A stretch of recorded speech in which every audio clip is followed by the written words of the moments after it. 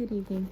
I'm going to be the member of government for today's topic. The United States federal government should incrementally raise the minimum wage to $15 an hour by 2025. Starting off, yes, as affirmative mentioned, the current federal minimum wage does indeed lead to homelessness.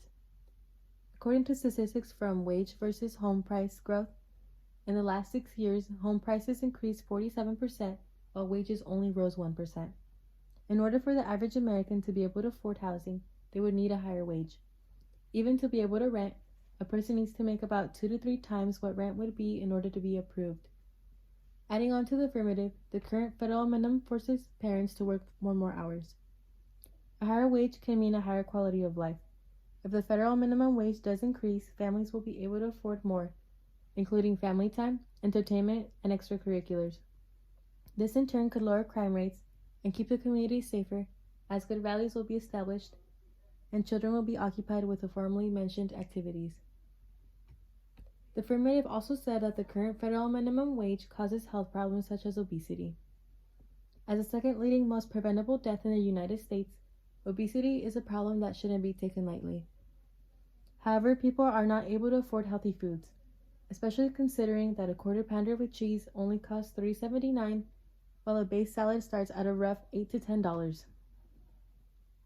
Since healthier foods are more expensive than unhealthy ones, people with low income opt for the second. This is what then leads to obesity and other issues. Stress is also a component in this, as stress over not being able to afford things can cause obesity and furthermore even death in some cases.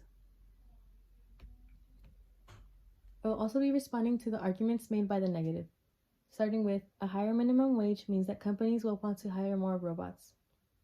While robots do exist in the workplace, a company would still need to hire people, as a robot cannot do all that a person can.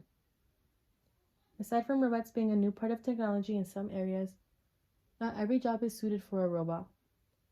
It might seem as if buying robots to replace people only means that a company will have to pay an upfront cost. However, this is not true. Since workplace robots are still somewhat new technology, there will be errors and faults that will happen. A technician or programmer will need to be brought in. This in turn will cost the company a heavy dollar that they could be saving. It would be better to continue with employing people if things like this will happen. Another argument that the negative makes is that introducing a higher federal minimum wage means that people will be taken off of benefit programs.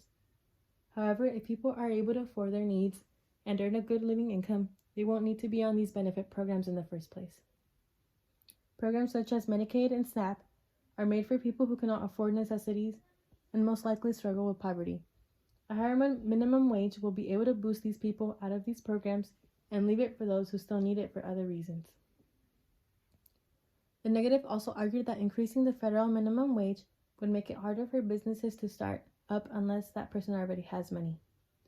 This is true currently as well, since people with more money already have more resources to start up a business. In order to start a business, many people have to take up loans. The more a person earns, the higher their loan amount would be, so having a higher wage could help with getting a bigger loan amount, giving the person more resources to start their business. With the mounting evidence, it seems that raising the minimum wage to $15 an hour by 2025 would greatly help many of our fellow Americans thrive. Thank you.